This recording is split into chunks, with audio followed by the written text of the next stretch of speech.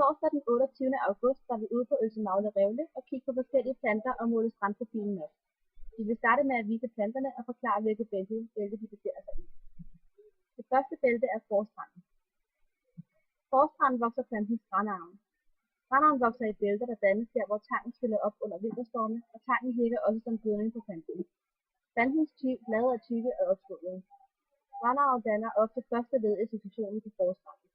Succession betegner den udvikling, der sker ved plante- og dyresamfundet på et område i løbet af et vist antal år. En anden plante er strandsennep. Strandsennepens blade er blågrønne og blomsterne lysviolette. Den eneste art af strandsennep, der vokser i Danmark, er den almindelige strandsennep. Den almindelige strandsennep vokser ofte på sandstrande med tang.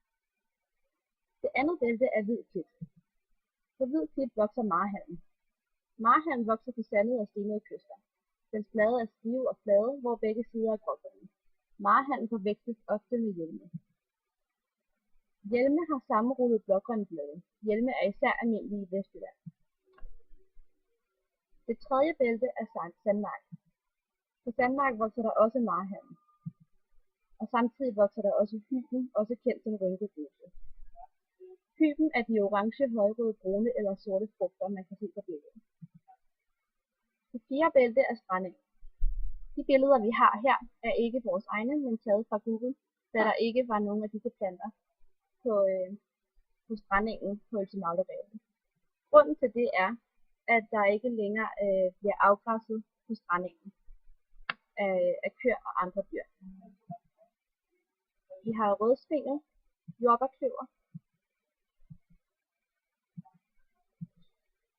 udspilet star og sandkryb. Det var de planter, der burde have været på strandengen. Det femte bælte er rørsump. I rørsumpen vokser der tagrør. Tagrør vokser ved lavvandede strandbredder, søer, grøfter og strandenge. Stænglerne er blå og grågrønne, og bladene er flade, hårløse og grågrønne. Vores strandprofil ser således ud. Det er 0 meter, og strandterrassen ser det sådan her ud.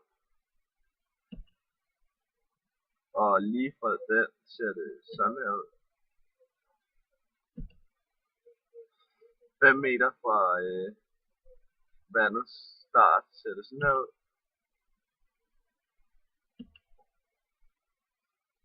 8 meter fra vandets start ser det sådan her ud. Og der kan man se, der er lidt tang. 13 meter fra stranden ser det sådan her ud.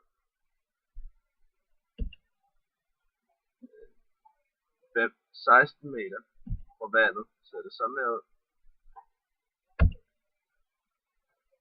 20 meter fra vandet ser det sådan her ud.